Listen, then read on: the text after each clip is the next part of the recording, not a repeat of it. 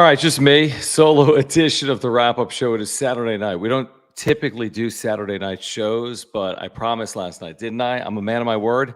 I promised we would do a show. We hit 6,200 subscribers yesterday. We appreciate you doing that. I think we had 50, 60, 70 subscribers yesterday. Padres winning yesterday against the Dodgers, and then laying an egg here tonight in front of the largest crowd in Petco Park history. There's some irony there. You draw 46,000 fans. And then don't score a run here tonight against the Dodgers. All is not lost. The Padres are 500, 21-21. Still a chance to win the series against the Dodgers when they play on Sunday afternoon. Yu Darvish, Walker Buehler, pretty intriguing pitching matchup on Sunday afternoon. So you have me. I actually spent the afternoon with Jim down in IB. He's 2 weeks away from getting married. I think if they win this game tonight, 5-0, you might have Jim with me here tonight. If you want to give Jim a hard time, maybe tag him on social media. Maybe he'll join at some point. I'm not going to hold my breath on it, but you do have me for the next 60 minutes or so. So as I like to say, please subscribe. Year-round content for Padres fans. You can smash the like button as well. We appreciate that. You can follow me on X at John Schaefer. Thank you for the super chats. It'll be impossible to keep up with the chat here tonight doing a show solo. So if you want to make sure I see your comment, I do appreciate the super chats. You can click the $ below the chat box. In addition to that, we appreciate the memberships. You can click the join button down below. You get custom emojis and badges. Okay, so, I mean, where do you really begin? I want to put this thing in perspective, I think, first and foremost. Before we jump off the deep end and say, oh, here we go again, and why can't this team score? And I want to say maybe they've scored 7 runs in the last 4 games and just 2 runs in this series. They're still 4-3 against the Dodgers. They're still 21-21 overall. I thought Matt Waldron was good tonight. We can get into that. And this offense had some opportunities, and especially in the 5th inning. I mean, you have a leadoff man on. I think if the double to lead off the 5th inning, you don't score in a 1-0 game. I thought that was critically important. We can dissect Mike Shilt's bullpen usage if you want in the 6th inning, where Waldron starts the inning, gets it out, gets another batter. Ohtani walks. 3 walks in the inning is just not going to cut it against the Dodgers, and they make you pay with 2 outs. That's what happened against De Los Santos. Now, I think there's an adage, it's hard to win if you don't score, because the Padres didn't score in this game. So we'll see. I mean, again, I'm not going to lose sleep over this. I think there is a good amount to dissect in this game. And there are some offensive problems. We've sung the praises of this offense. We have. But to be fair, the last couple of days, they've been in a bit of a funk. And then the big money guys, right, that we constantly discuss, whether it's Manny or Bogey. I know Tatis had a couple of hits here tonight, but I mean, this Bogarts slump is season long, and he's completely in it right now. He's 0 for his last 14. So, I mean, I don't even know where you go there. That's one part of the story. Then you have Manny, who was 0 for 4 here tonight as well. Obviously, nobody's hit the ball well in this series. I mean, they scored 2 runs yesterday. They didn't have, they had their second hit in the 9th inning yesterday when they walked off. Had just 3 hits overall. They had 6 hits in this game, which is actually more than the Dodgers had. The Dodgers had 5 hits, but Waldron was good enough. Like you can't ask for more than what you got out of Matt Waldron here tonight, is what I would say. 5 1/3 innings, 2 hits, 2 runs. The second run scores, that was a stranded runner, and he came around to score in the grand slam there from Teoscar Hernandez. He strikes out 6 walks too. I mean, he's your number 5 starter, and he has really pitched well against the Dodgers a couple of times this year. He's not getting run support. He hasn't been their best starter. I mean, he's got a 5.49 ERA, but he deserves a better record than 1-5, because he's kept the Padres in some games that they have not scored for him in. And then offensively, this has been a good hitting team with men in scoring position this year. I think they came in at 276 as a team with men in scoring position, but tonight 0 for 6. Now the Dodgers were 1 for 11, but their 1 was pretty big. It was a 2-out grand slam from Teoscar Hernandez. They had another hit without men in scoring position. That was the Freddie Freeman first inning home run as well. So, it's not overly surprising. The Dodgers came through a couple of times more than the Padres did. Padres had chances, hit some balls hard here tonight, not to be cliche or make excuses, because you know me, I'm really not going to do it. But I think you can surmise a lot of this on that 5th inning where the Padres failed to score a run. Although, to be fair, the Dodgers wasn't in the top of the inning, or in the 5th inning. They had a leadoff double that they stranded as well. So, you get that leadoff double and you don't move a runner and you don't, tie the game up. And then the next inning, did they get cute? Did Mike Schilt get cute there, guys, by leaving Matt Waldron on to start the 6th inning, and he'd only thrown like 71 pitches or 73 pitches starting that 6th inning. He gets the first batter maybe on one pitch, 1 or 2 pitches, weakly hit ball. So now he's at 5 1/3 innings. Now, I thought there is when they're going to go to the bullpen. I thought Morejon was coming in there, but they allow Waldron to face Ohtani. Ohtani draws a walk. Morejon just doesn't have it. He issues 2 walks, gets an out. He faces just 3 batters. De Los Santos comes on. And then the damage was done from Teoscar Hernandez, and that was basically the game when it was 5-0. I know the Padres threatened in the 8th inning, 2 on in that 8th inning and didn't score. And again, we're 0 for 6 with men in scoring position in this game. So, it's one of those things that against a good team, when you do have opportunities like they had occasionally in this game, they were unable to cash in. And when Matt Waldron gives you 5 1/3 innings of 2-run baseball, you are in a position where you need to find ways to win those games, specifically at home. And the Padres have not been a good team at home. We've talked about that a lot. I think they're 9-13 now. At night, what are they? 3-11? I mean, they're 3-11 in home games at night. It makes no sense.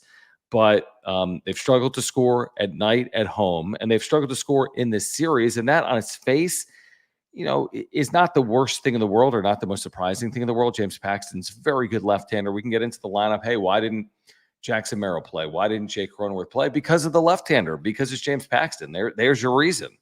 And Paxton was as good as you can be. 6 innings, 4 hits, no runs, no walks, 4 strikeouts. He's 5-0. He lowered his ERA to 2.58. Their bullpen was good enough here tonight. I know Yarborough allowed a couple of hits in that 8th inning, did not allow a run.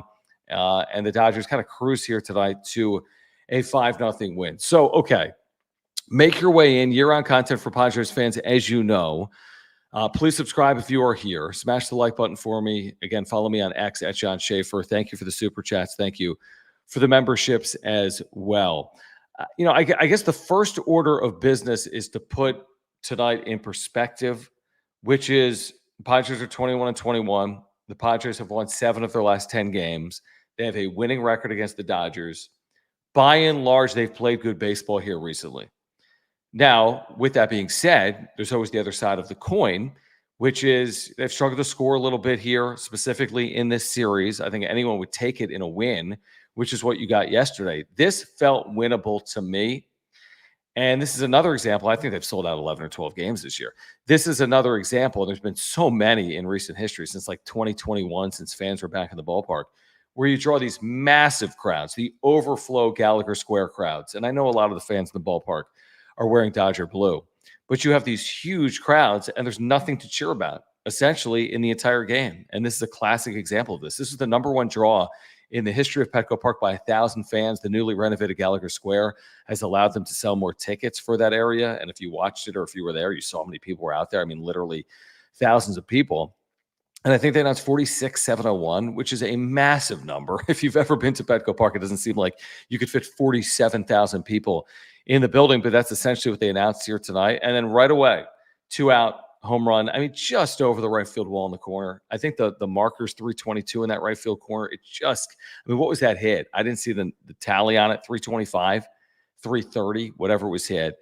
So, it's not the greatest home run in the world, but you still have 9 innings. And the Padres were quiet on offense, had a chance or 2 or 3.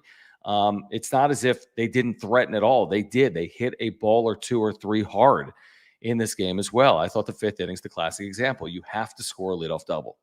You have to score a leadoff double in this spot or in that spot, and they failed to do so. So I'm not saying that was the game. There were 2 games in this game. There's not scoring the 5th inning, and then there's the way the 6th inning transpired, and eventually the grand slam, you're done. I mean, it's hook, line, and sinker once you're trailing 5-0 to the Dodgers.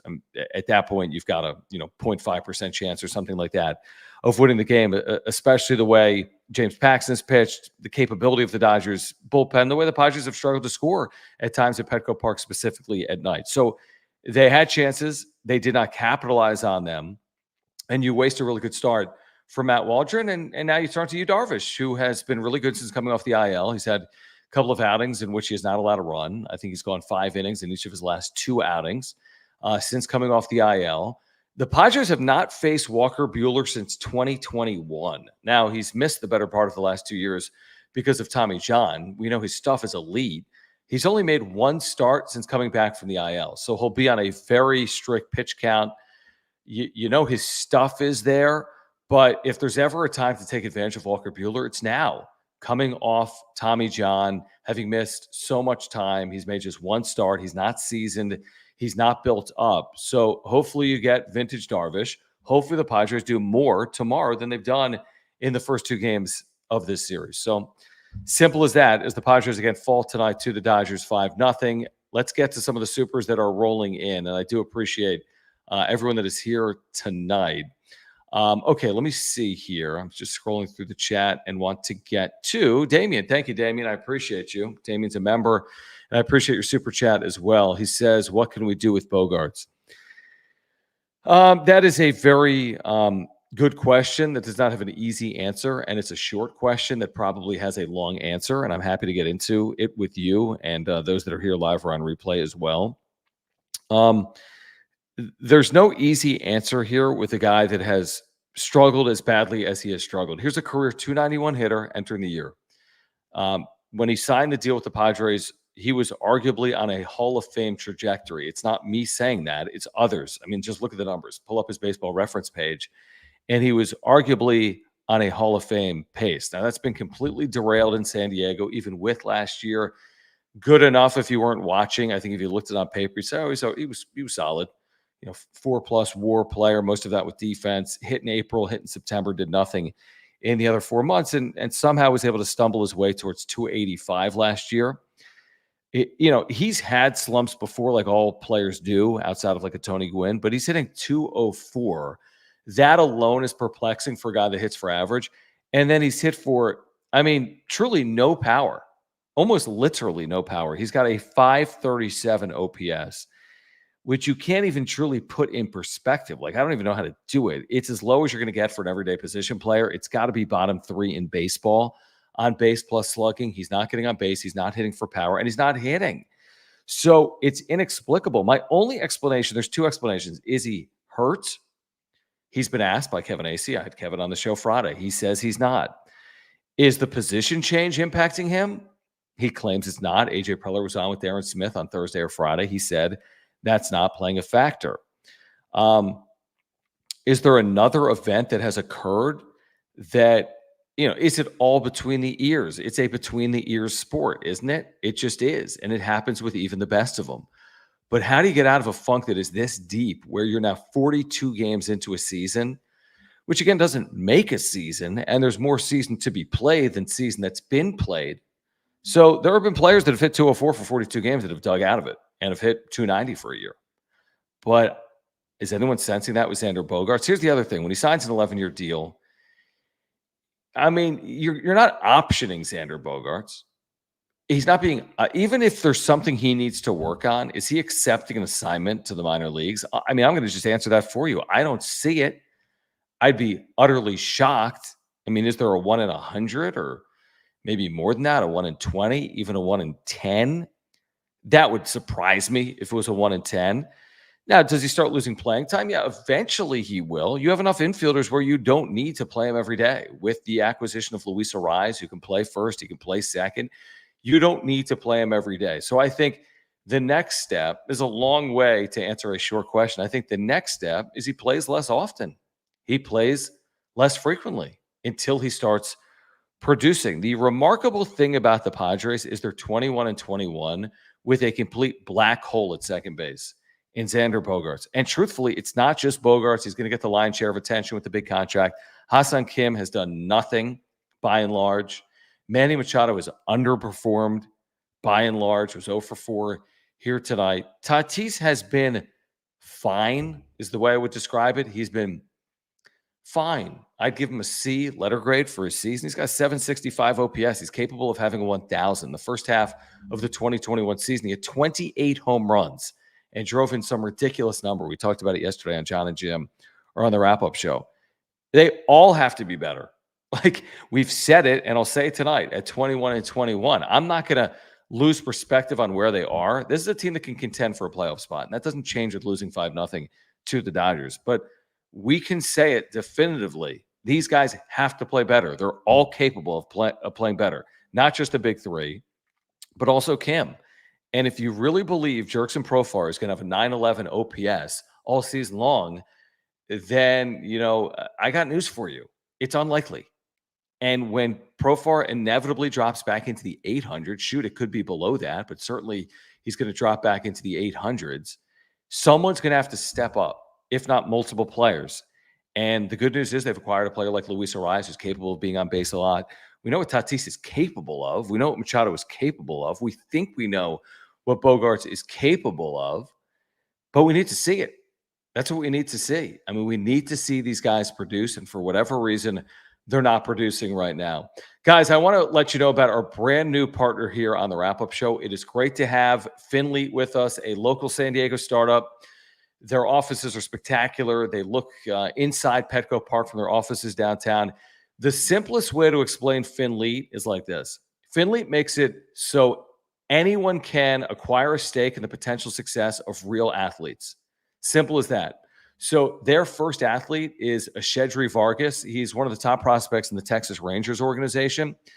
And if you click the link in the description down below or click the link that's pinned at the top of the live chat, you can learn more about what Finley offers.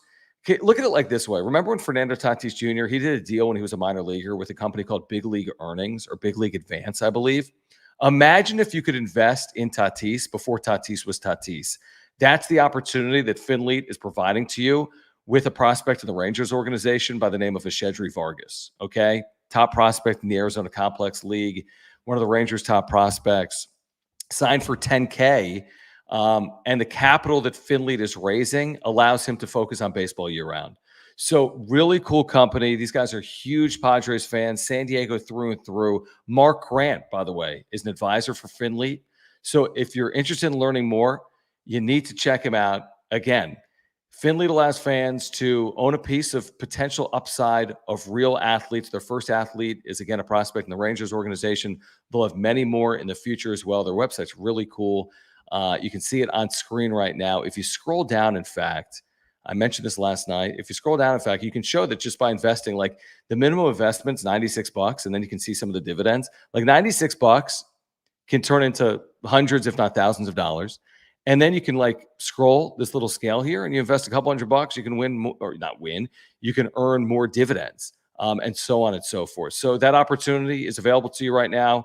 We're grateful to have Finley on board here on the Wrap-Up Show. Click that link in the description down below to learn more. And thank you guys for your support of the channel. Okay, let me get back to the chat. Here. By the way, it's hard to keep up with the supers because for whatever reason, I don't have a super column in my software here tonight. So I just have to kind of scroll back in the in the live show right now. All right, Andrew, thank you for the super chat. I do appreciate you. And thank you guys for hanging out. Please subscribe and please smash the like button for me. He says, Waldron was great. Let's see, Grand Slam pitch was awful, not fastball. Hold on one second.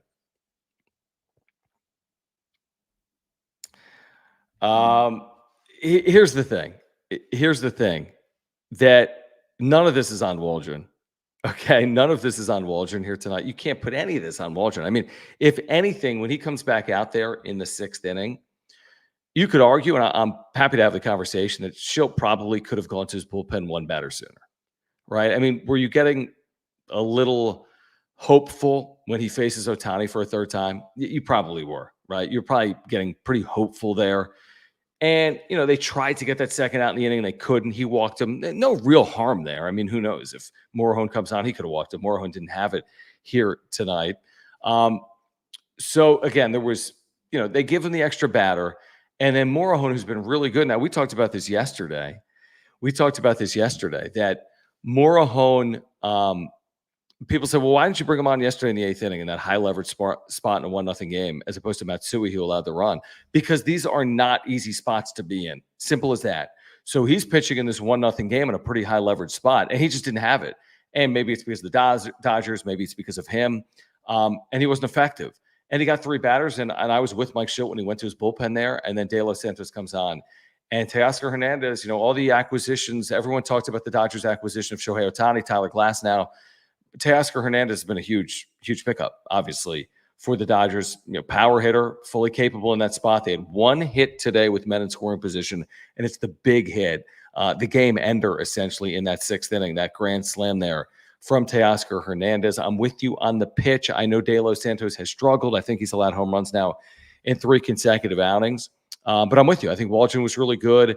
I'm not saying tip your hat to Teoscar Hernandez. That's the last thing I'm saying with 2 outs. It would be nice if De Los Santos can get out of that spot, and he couldn't. And he has had his struggles here recently, and his bullpen has not been perfect. Like, we need to be honest. This bullpen has not been perfect, and once again here tonight was not perfect against a really good hitting lineup in the LA Dodgers. But thank you, Andrew.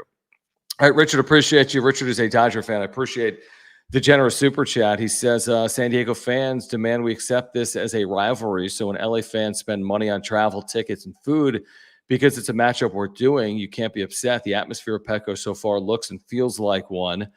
Thoughts? The thoughts on a rivalry, Richard? That's a deep conversation. Are you sure you want to have that conversation? So I'll have it since you contributed with the super chat.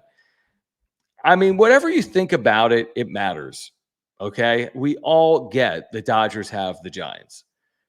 Dodgers, Padres, regardless of what happens this decade, they've met twice in the postseason this decade. Each team has won a series. The Dodgers in 2020 in Arlington, the Padres in 2022 in that best of 5.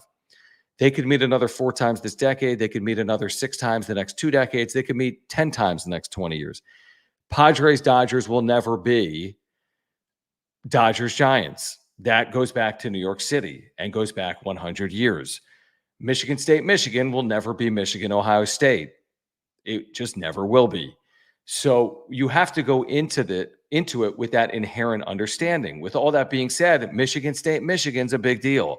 Ohio State, Penn State's a big deal. And Dodgers, Padres is a big deal. I don't care how you define it.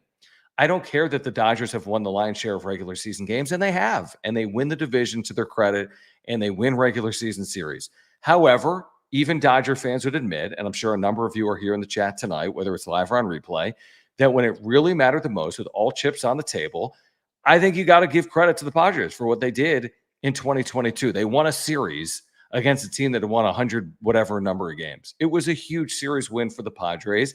I think after the season, Andrew Friedman called the season a disappointment as a result of it, as he should have, because they won 100 and whatever regular season games. So clearly they're not, these perennial year in and year out rivals. With all that being said, the series matters, and the Padres have been a recent thorn in the Dodgers' side. Can we agree on that? I think even Dodger fans would agree with that. 2022 in the postseason, and maybe even the start of 2024, where the Padres are 4-3 against the Dodgers. And no matter what happens on Sunday, the Padres through 8 games are at worst 4-4 against LA. Dodgers have, smoked everyone else, right, in baseball so far this year, other than the Padres. If the Padres win tomorrow, they have a decent chance of winning a season series against LA for the first time since like 2009 or 2010. Everyone says, to be a rivalry, both teams need to win. That's fair. They'll never be bitter, first and foremost rivals. Obviously, Padres fans look at the Dodgers differently than Dodger fans look at the Padres.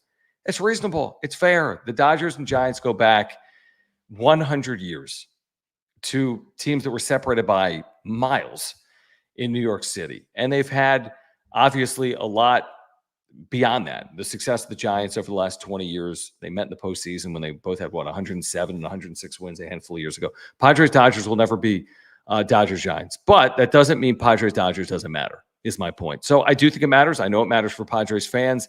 The R word, fair. I really don't, I don't care personally. We've discussed it ad nauseum on the radio or on the wrap-up show over the years. But I will say this. Dodger fans clearly like going to Petco Park. You see Padres fans at Dodger Stadium. I think the Petco Park experience is a very good one. And I think it's made for some really good atmospheres. I know there were a ton of Dodger fans tonight. I'm watching. There were a ton of Dodger fans in the building tonight. As is normal in Southern California. When the Dodgers are playing the Cubs, there's Cubs fans. When the Cubs are playing the Padres in San Diego, there's Cubs fans, and so on and so forth, right? So be it. That's a long way of saying that it will never be Dodgers-Giants. But what Padre fan thinks that Padres-Dodgers is Dodgers-Giants? We're just saying that the games matter, and they're divisional games, and the teams have met 2 of the last 4 years in the postseason, and may meet again. Possibility. I don't know the odds of it, but they may meet again at some point here in 2024. And I know it always gets the chat fired up. So if you have additional comments on it, if you want to make sure that I see it, you can always click that $ below the chat box. People are, yes. Okay. Here's where I want to go right now. Real quick, man, where's Jim when you need him, by the way? Hey, Jim, I'm officiating your wedding. Get into the chat. Can someone please tag Jim on social media and force him to? I bet he's turned his phone off because he doesn't want to do the show. If the Padres won this game 5-0, you know who I'm doing the show with is Jim. But the second Teoscar Hernandez hits that grand slam, where's Jim, right? But I promised last night, I said we get to 6,200 subscribers, we're going to have a wrap-up show. We got to 6,200 subscribers. So I'm a man of my word, and we're doing the wrap-up show here tonight. I do want to remind you about our title sponsor here on the wrap-up show, my buddy Mark Nimitz at Farmers Insurance, the title sponsor of the wrap-up show. He's been with us since day one. We can't do this without you guys. We can't do it without the support of our title sponsor, Mark Nimitz. I've had 3 insurance policies with Mark for how long now? Maybe multiple years. I've had life insurance, earthquake insurance, homeowners insurance with Mark. He's just such a great insurance agent, great service and communication. Take it from me. He really is. He can save you $750 or more just by switching your insurance, whatever it is, auto, home, renters, life, earthquake insurance. Mark is your guy. All right. Mark is your guy. So click that link in the description down below. He's a lifelong Padres fan. He is a native San Diegan as well. So if you support the channel, please support Mark Nimitz, our title sponsor. I think we started the wrap-up show on YouTube in August or September of 2021, which is approaching now 3 years. And really to get us off the ground was Mark. I don't know if we ever would have done it without Mark.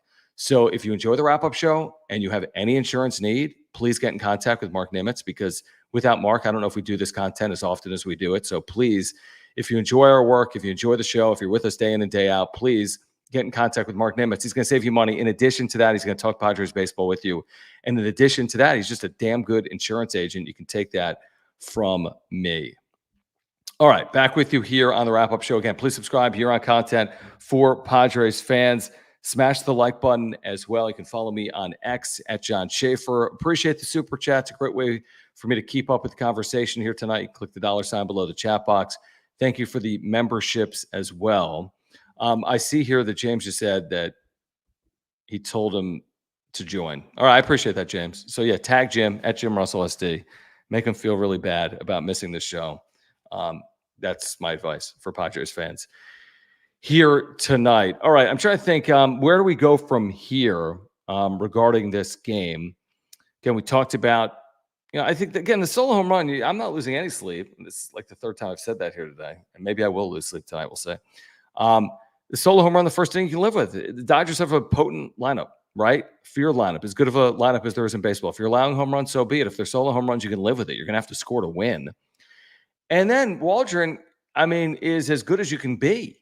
He, just like Michael King yesterday, he keeps you in a game where at some point you just have to capitalize. And James Paxton's been really good this year, but he has not been, it's not Tyler Glasnow out there.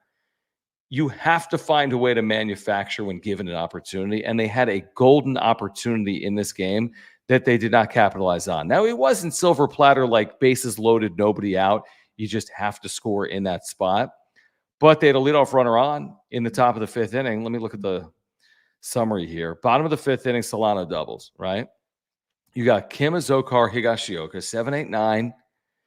And now you're in the 5th inning, and some might be saying, well, what about your bench? And you've got Crony, and you've got Merrill, and you've got, right? You've got these options. Well, it's the 5th inning. So I think at that point, you're probably getting ahead of yourself to pinch hit. It's a 1-0 game. It's not like the game is truly on the line in that spot. So they just don't cash in. Kim flew out or flied out. Zokar popped out, and then Higashioka struck out. And they waste and strand that leadoff double in the 5th inning. And that was one of the better chances they had in the game. 6th inning, they had a 1-out single from Toddy. 7th inning, Outman makes that really good play. There were some good defensive plays by the Dodgers. I thought there were well-hit balls, but in the end, it's the end result. 8th inning is when they did threaten with 2 outs, Arise and Tatis, back-to-back 2-out singles, and then Profar lined out on that play by Muncy, right? So, some of it is, Dodgers made some plays. You hit some balls hard, and that will happen. Or expected batting average stuff, where you expect a higher batting average, and it doesn't result in any one game. But that's going to happen over 162. And some of it is you just need to capitalize when given an opportunity. You need to manufacture. They didn't there in the fifth inning. And for those of you, and I saw some people on social media, well, they punted on this game. No, they didn't.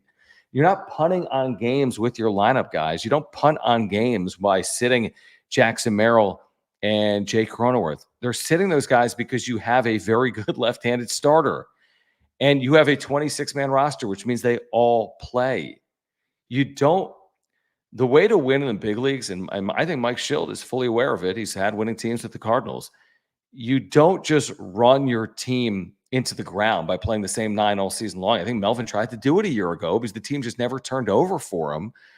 And you never want to sit Toddy. You never want to sit Manny or Bogey because you think they're one game away from getting hot. Maybe we're at a point where you can start sitting some guys. But the reason Merrill's sitting and the reason, Cronenworth in this example, I know he's had a great year, but if you're going to give a guy a blow, you're going to do it in a situation that makes sense, like tonight against a left-handed starter. JD Gacho, thank you for the super. Appreciate you, man. He says, DR Ohtani likely out Sunday with back stiffness. Is that right? Is that did that come out of this game? I wasn't fully aware of that. So, okay. Again, one game, if he misses, I don't think is the end all be all. But, I don't know. Is that a win for the Padres for one game? I guess it could be. Potentially for the Padres, likely will he be? I haven't seen it. I haven't seen anything on Ohtani as I do the show. I appreciate the heads up there, JD Gacho. I really do. Always do. Thank you, man, for hanging out and watching and supporting. And James, I appreciate you as well with the super chat. He says he saw this on Twitter and wanted to share. Rotation has been pitching lights out lately. Combined stats in their last 10.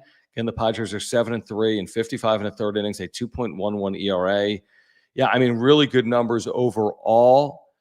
With that 0.87 walks and hits over innings and 10.6 strikeouts per 9. Well, and I think you would take that. I mean, a 7-3 record is a good record, even with a 2.11 ERA. Maybe your point, James, is that if they continue to pitch like this, they're going to win at a high level. And I agree with you. They will, even with the offense failing to come through here recently, specifically in this Dodgers series. If you get this type of pitching, I said that, I don't know if it was inevitable, but it felt as if they were due for like a 20 or 30 game stretch where they get the starting pitching that you typically see from the Padres. We'll see if this bullpen comes around. Obviously, their closer, Robert Suarez, has been unbelievable.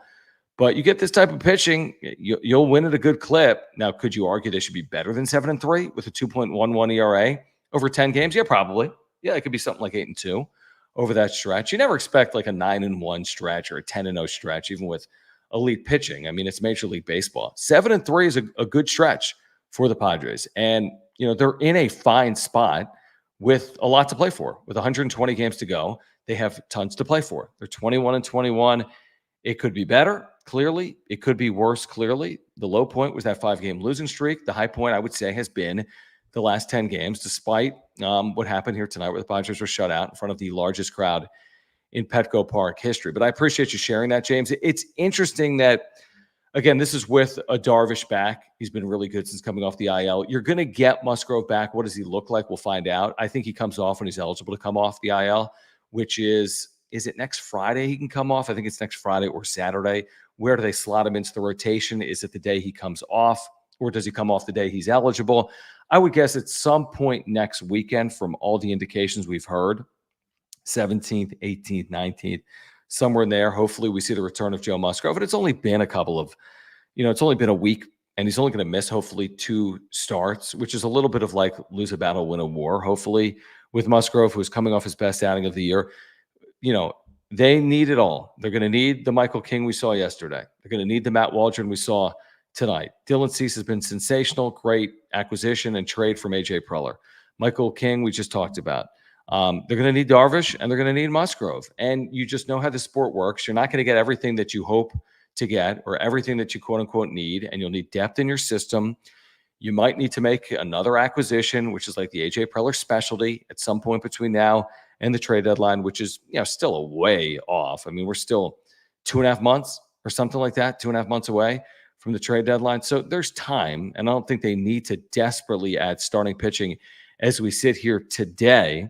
But that's a conversation I'm sure will happen between now and August 1st. All right, so thank you, James, and thank you, Tanner. Appreciate you, man. Again, if you're here, hard for me to keep up with the chat. Do appreciate the super chats. If you want to make sure I see your comment, I'll get to all of the super chats here tonight. Click the $ below the chat box. A great way to support our work here on a Saturday night. Tanner, thank you. He says, seems offense will bounce back soon. This is what I was talking about. 335 expected batting average tonight, but feels like this bullpen has been shaky, including my boy Tom Cosgrove getting sent to AAA. What moves would you like to see, if any? Example, Mason Miller. Mason Miller is a pipe dream, and thank you for the super. I love the super chat. Mason Miller's not coming. He's the elite top shelf closer for the Oakland A's, who throws 101 miles per hour, average fastball, has that ridiculous ERA, 55% strikeout ratio this year. Ken Rosenthal wrote that it would take like a Jackson Merrill, if not more. I just don't see it. I don't think it's their number one priority to add a back end reliever when they have Robert Suarez. Now, do they need bridge guys, 7th and 8th inning guys to get to Suarez? Yeah, they absolutely may. I think the jury's still out there. I'd like to see a larger sample size. I'd like to see another 40 games to see how guys like Peralta, De Los Santos, Matsui, and others continue to acclimate to this role. So let's see what happens over the next 40 games. Clearly, they have some level of depth in their system. And in terms of like players that are going to be available, Tanner, I just don't know. I mean, we talked about Mason Miller yesterday on John and Jim. It'll be a very intriguing name. I don't know why the A's would necessarily move him with 5+ years of control, but maybe they will, because they won't be in it as they keep acquiring for their future. So it is a possibility that he'll be on the move. I just wouldn't tag Miller for the Padres, even though it's impossible not to tag any sought-after player with A.J. Preller, because it is A.J. Preller, and he goes, big game hunting, as we've seen throughout the years. But Mason Miller would really surprise me. He really would. And I'm not looking for like a closer, and yeah, sure, Mason Miller could pitch 8th innings, and a lot of closers obviously can be turned into setup men. But I still think the jury is out on what the Padres bullpen truly will be. Clearly here recently, Matsui, De Los Santos, there's been a Peralta blow up. The bullpen has left something to be desired. I agree with you. And, you'd like to see Tom Cosgrove produce potentially at some point as well. Is Cosgrove even still here, or was he? He is in AAA, right? In terms of he wasn't on waivers, right? He's in AAA. I'm 99% sure he's in AAA. So Tanner, I wish I had names for you or more where I could kind of discuss that in greater detail. I don't even know who would be available to you right now in AAA from a depth perspective, because it's still only May. Like, May's not the time where you see those wholesale bullpen changes. You can see changes. Like, if guys don't produce, you will see changes. But I'm not expecting anything big bullpen related soon. Could they make a bullpen upgrade in July? Yes, it'll be easier to do than a starting pitcher. That's for sure. There'll be more relievers available, and the cost will be much lower. So that is a distinct possibility. But while they struck for Luis Arraez in May, I'm not expecting any additional trade that the Padres make, at least a substantive, sizable trade between now and like July 1. In fact, I'd be surprised if they did anything between now and even mid-July. I think most of the work that A.J. Preller is going to do, and most of the work that's done via trade in Major League Baseball, occurs in the last 2 weeks of July, if not truly the last week or so of July. All right, going to get back to the chat in a moment. Do want to remind our viewers about our friends at Underdog Fantasy, which is such a great resource for baseball fans. We've been playing and winning, me and Jim. I played actually a couple of pick'ems here today. It's so simple. It's so easy. And if you click the link in the description down below and use promo code PODSWRAP, that's PADSWRAP, you're going to get a 50% deposit match up to $250, which means they'll match up to $250. You deposit $500, you'll get $250. That's the largest amount ever offered by Underdog. You don't have to deposit $500. You can deposit $10. They'll match $5. Or you can deposit $100. They'll match $50. But if you do want to deposit, $250, they'll match $125, so on and so forth. You get that free money for the pick'ems. It's so simple and easy to win. You can play multiple sports. Like tomorrow, you got Pacers, Knicks. You can go with higher than 5.5 first quarter points with Tyrese Halliburton. You can combine that with a Padres-Dodgers play for tomorrow. Let's find that game right here. It's not yet up on the board, is it? It's not yet up on the board, but you can find any game like Sunday Night Baseball. And for example, let's say Luis Severino has higher than a 1.5 strikeouts in the first inning for the Mets tomorrow. You go 2 for 2 here, and $10 pays 45. You want to get cute and add a Ronald Acuna home run in there? $10 pays 337. You can flex it, which means you don't have to get all 3 right, and you can still win. And you can still win $168. So it's never been easier or simpler. The best and easiest place to play fantasy sports, trust me, I'm playing each and every day, is at Underdog Fantasy. Click that link in the description down below. Remember to use promo code PODSWRAP. That is PADSWRAP. You'll get that 100% deposit match up to 50% deposit match up to $250 they'll match. An incredible, incredible offer going on right now at Underdog Fantasy. Remember to use promo code PODSWRAP. That's PADSWRAP. All right, what else are we missing here tonight, guys? What else are we missing here tonight? Again, appreciate the super chats. Appreciate you hanging out. We don't typically do Saturday night, but a promise is a promise, despite the fact that the Padres lost 5-0. Wanted to make sure to do the show for you because I said if we get to 6,200 subscribers, we would do it. Then we've had maybe 100 subscribers between yesterday and today. So thank you guys seriously for your support of the channel. You wish you could dissect something, but when a team doesn't score, it's hard to really go too deep into the game itself. Paxton, good. Waldron, good. Padres didn't take advantage of a few opportunities, although hit the ball hard. And the Dodgers took advantage of 1 or 2 more opportunities than the Dodgers here tonight. JD Gacho, thank you. For the Super, he says, Friday was my first ever game at Tony Gwynn Stadium. Is that right? On the campus of San Diego State. Very cool. He said, nice ballpark. I guess San Diego State is a first-year head coach, but they should never be within reach of 40 losses. JD, as you know, I've called a lot of San Diego State baseball over the years, although it's been a few years. So it's hard for me to really comment on the success or failure of San Diego State baseball right now because I don't spend a lot of time on it. And I do know they have a first-year head coach as well. So I think to be realistic, you probably need to give Sean Cole a little bit more time. But I'm glad you were able to check out an Aztec game at Tony Gwynn Stadium. And yeah, we know about San Diego State's proud baseball history, obviously. Mountain West championships, NCAA regionals, Tony Gwynn as a player and as a head coach, Steven Strasburg, right? It goes on and on and on. So appreciate the support and appreciate you letting us know that you checked out Tony Gwynn Stadium this weekend. What else has transpired here over the last 24 hours or so related to the Padres? Again, we learned about Joe Musgrove, who hopefully comes off the IL next weekend. Other than that, I didn't fully get into the is Mike Shildt to blame for the way he uses bullpen tonight? You tell me, is he? Is Mike Shildt's 6th inning bullpen management or mismanagement the reason why they lost? I mean, they still didn't score. And that was a 1-0 game different than a 5-0 game, and maybe you scratch across a run, or maybe you play things differently late. If you're in a 1-0 game, yeah, that's possible. That's definitely possible. There's more pressure, obviously, on the Dodgers. Maybe you do get even. Maybe you do win the game. So that's a possibility. I would say that the game maybe looks different if you keep it 1-0 later, and if you avoid that grand slam that was hit in the 6th inning. Now, they used 3 pitchers in the 6th inning. It was 3rd time through the lineup. And, my one criticism would be I think they got cute with Waldron facing Ohtani. That's my one criticism. I'm not going to criticize going to Morejon. And I think it's hard after Morejon didn't have any walks too, to say, hey, just you get Hernandez. You got Teoscar Hernandez there after you clearly don't have it. So I think once you go to De Los Santos is understandable. I think probably Waldron gets one too many batters. Again, is it the difference between winning and losing? I don't think we're ever going to know if it's the difference between winning and losing because, again, even if they don't allow a run in that inning, they may still end up losing the game 1-0. But again, the walks in the inning, the home run's the home run. If you allow a home run or two that are solo home runs to the Dodgers, you can live with it. It's a very good offense with power everywhere. You're going to allow runs. You're not going to shut them out every night. And they've done well. I mean, they've limited the damage. They've allowed just 6 runs in these 2 games. They're 4-3 against the Dodgers this year. So you can live with a home run or two if it's a solo home run. That's not a problem.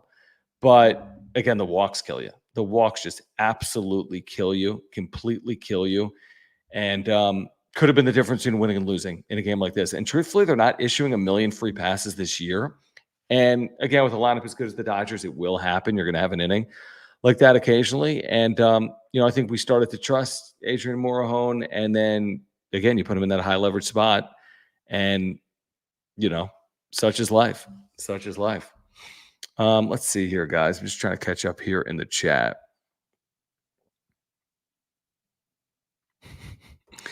Imagine that, Vaughn.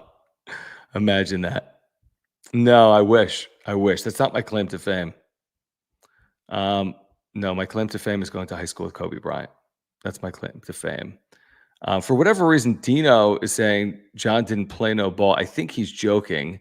He then followed up by saying I'm not from San Diego, which every once in a while will occur for whatever reason on a channel. I can't do a YouTube show or I can't be a radio host because I wasn't born here for whatever reason. But I appreciate you hanging out, Dino, regardless. And by the way, you don't have to be here. If you don't want to be here, you clearly don't have to be here, Dino. So, there's other places you can go watch your Dodgers channel or whatever you want.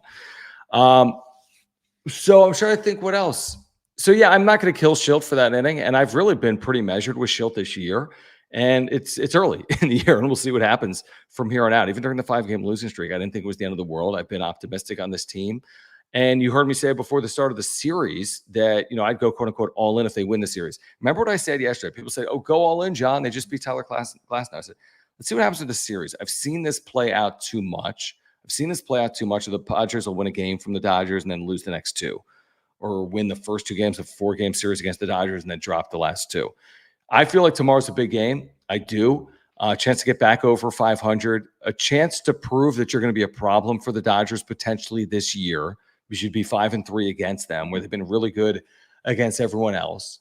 So, and Yu Darvish, who was not allowed to run in his last 2 starts, 10 innings, no runs in his last 2 starts. And Walker Buehler, who, again, if you're going to get him, why not get him now? He just threw a couple of innings in his first outing of the year, maybe 4 innings in his first outing. So, I'm not saying it, and who knows about Ohtani? Again, a back tweak. Will he be in the lineup Sunday? I don't know. But, it's at least quasi favorable, if such a thing exists, and you're playing the LA Dodgers, that you have Yu Darvish, who arguably is your ace. I know you have Dylan Cease, and you have Walker Buehler coming off Tommy John, and we'll see. And they've been much better in day games, as we know, much better in day games. So, it's hinging. It's a rubber match. If they win the game, how can you not feel good? They'd be 8-3 in their last 11 games. They'd have that winning record against the Dodgers. If they lose the game, excuse me, it's not the end-all, be-all. The season's not on the line. It's not the biggest game of the year. Maybe it is to date because it's the next game. But, you're either 21-22 or 22-21, right? So, yeah, again, it's not the end-all, be-all. It won't determine the season. Now, again, like I said, heading into the series, I think if they take 2 out of 3, how can you not be optimistic on this team? And that's how I still feel. And that's why I'm not going to go off the deep end tonight and lose my mind about losing 1 game to the Dodgers in this manner. I'm just not. It wasn't some completely lopsided game over from the first pitch game. It wasn't. It was a competitive game. It unraveled a bit in the 6th inning. And now you have a rubber match. So, they found a way yesterday in really impressive fashion with Arise and Suarez and Michael King and Luis Campusano. So that was terrific. And then today, they didn't score. And this offense that we've praised for the first 6 weeks of the season has not scored by and large this series. Okay, let's see what they do on Sunday. And then almost just as importantly, if not more important, what do they do this week against the Rockies? What do they do Monday, Tuesday, and Wednesday at home against the Rockies, where you've got to win the series, right? I'm not saying you have to sweep the series. It's hard to project. It's hard to say you have to sweep any series in the big leagues. So, that's my thought on it. I mean, yes, this series is important, but so is the next series against the Rockies, and they all add up to the same thing. And who even cares about, I got to be careful how I say it. We all care about winning the division, but if the Dodgers win the division, that doesn't take away the chances for the Padres to get into the postseason or make a run in the postseason. And the Dodgers have won the division the last 2 years and been knocked out in the first round by both the Diamondbacks and the Padres. So, of course, we all want to see them win 100 games. The Padres, we all want to see them vie for a division. But if it doesn't happen, and when it's a team that's potentially historically good. We don't know if they are or not, but they're winning 66, 67% of the time at 27 and 14. Who cares? It's not like the only benchmark is how you do against the Dodgers or where are you in the standings compared to the Dodgers. It's a benchmark, just like another benchmark is where do you compare to the Giants or the Diamondbacks or the Rockies or the rest of the National League. And that's why while tomorrow is important, and while I think a lot of Padres fans would feel pretty good if you take 2 out of 3 from a team that had won 7 straight and 14 of 16 coming in, it's not an end-all, be-all. Seasons determined whether you win or lose on Sunday. That's what I would say. All right, a final time here in terms of letting you know about our partners on the Wrap-Up Show. I want to thank our longtime partners on the Wrap-Up Show, my friends at Aura. Their co-founder, Will, is a huge Padres fan and a native San Diegan. If you want to get healthier, we all do, by the way. This is a San Diego company, offices in Liberty Station. Will is a huge Padres fan, longtime supporter of this channel, 2+ years. They have all plant-based products, all of them, plant-based supplements. I take the probiotic daily for digestion. It's an amazing product. It truly is. You can trust me on that. They have pre-workout supplements. They have proteins for after workouts. They have omega-3 oils. If you're taking a fish oil, a lot of men are or should be. Make sure to take the omega-3 oil from Aura. They have immunity pills. They have sleep pills. I'll probably take a sleep pill tonight. Something for everyone and much, much more. You can check them out at ora.organic or by clicking the link in the description down below. Thank you, Aura, for your longtime support. Thank you, Will, for your longtime support of the Wrap-Up Show. Let's see here. So, okay, we're going to have another show tomorrow night at 9:30. I know the game's in the afternoon. We do our Sunday shows, as you know, at 9:30. We do most shows, truthfully, at 9:30. So we do have another show for you tomorrow night. For those of you, if you want to get a super chat in, I can get to 1 or 2 more. We still have a handful of minutes. If you want to get those in, you can click the $ below the chat box. But again, tomorrow, Darvish, Buehler. I think it's just the second outing for Buehler. It's the first time the Padres have faced him, like I said, since it's maybe August, September. I think September of 2021. So we'll have a wrap-up show recapping this 3-game weekend series against the Dodgers Sunday night at 9:30. And then, of course, we will have you covered for the Rockies series as well, Monday night, Tuesday night. We don't typically do Wednesday nights with day games, but we'll see how the series plays out. So, yeah, I mean, that's the long and the short of it, that Padres have, split the first 2 games of the series. I felt decent about this game. I really did. The longer it went, it's a 4th inning. It's the 5th inning. It's a 1-run game. All of a sudden, you got that leadoff double. And I felt like maybe tonight would be a night where they kind of find a way again, kind of like they did yesterday. But, leaving that leadoff double out there hurts. And then just the way that 6th inning played out with 3 different pitchers and the walks, the walks are going to come back to hurt you. And who knows, even without it, maybe we're talking about this thing differently if they lose 1-0. It's probably even more frustrating, truthfully, if they lose this game 1-0. All right, that's going to do it here. Saturday night edition of the Wrap-Up Show. Appreciate you guys, whether you're here live or on replay. Please support our partners, Mark Nimitz at Farmers Insurance, our friends at Finley, our brand new partners here on the Wrap-Up Show. Make sure to click that link in the description down below to learn more, as you can now own a piece of the potential upside of real athletes. So you can click that link in the description down below. Again, if you're looking to get healthier, check out Aura, ora.organic, and Underdog Fantasy. Use promo code PADSWRAP, that's PADSWRAP, at Underdog Fantasy, or click that link in the description down below. A 50% deposit match up to $250. Play along beginning tomorrow with Padres Pick'ems at Underdog Fantasy. All right, subscribe, smash the like button, follow me on X, and thank you for the super thanks if you're here on replay as well. For Jim, who's very soft, I am John. We'll see you tomorrow night. This has been the Wrap-Up Show. Thanks, guys.